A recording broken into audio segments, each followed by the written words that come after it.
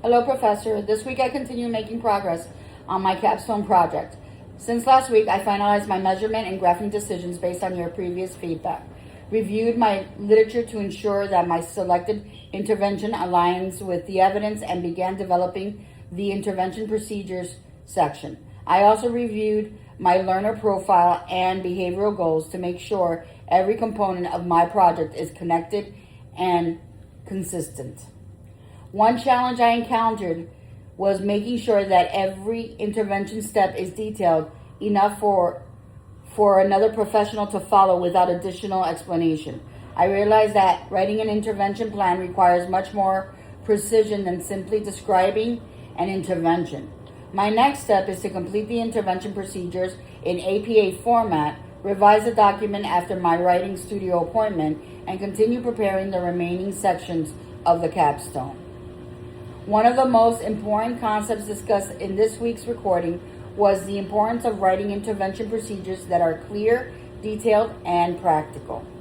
The professor explained that the intervention plan should allow another person, such as an RBT, teacher, or parent, to implement the program correctly without needing additional clarification. I learned that every intervention should include the discriminative stimulus, prompting hierarchy, prompt fading procedures, reinforcement schedule, error correction procedures, required materials, and a clear description of how the session begins, progresses, and ends. Another concept that stood out to me was the discussion about selecting prompting procedures based on the learner's individual characteristics. Rather than choosing a prompting strategy because it is familiar, the intervention should match the learner's communication abilities and level of independence. I also appreciated the reminder that prompting procedures should include a plan for systematically fading prompts over time to encourage independent responding. The professor also emphasized that students using differential reinforcement of alternative behavior must include an extinction component for the challenging behavior.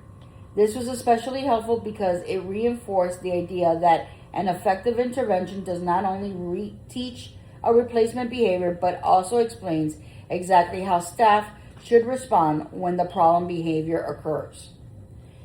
These concepts directly apply to my capstone project because my intervention must be practical, evidence-based, and detailed enough for another practitioner to implement consistently.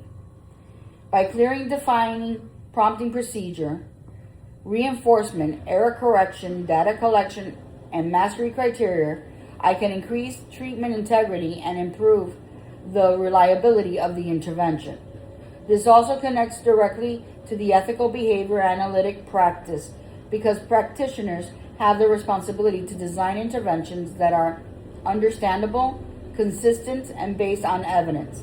In addition, writing detailed intervention procedures strengthens my understanding of treatment implementation, measurement, and preparation for the BCA-BA examination.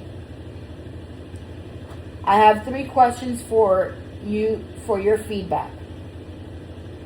First, when describing prompt fading in the intervention plan, how much detail is considered sufficient without becoming repetitive? Second, if the learner demonstrates progress at different rates across replacement behaviors, should each behavior have its own mastery criteria, or is one overall criterion acceptable?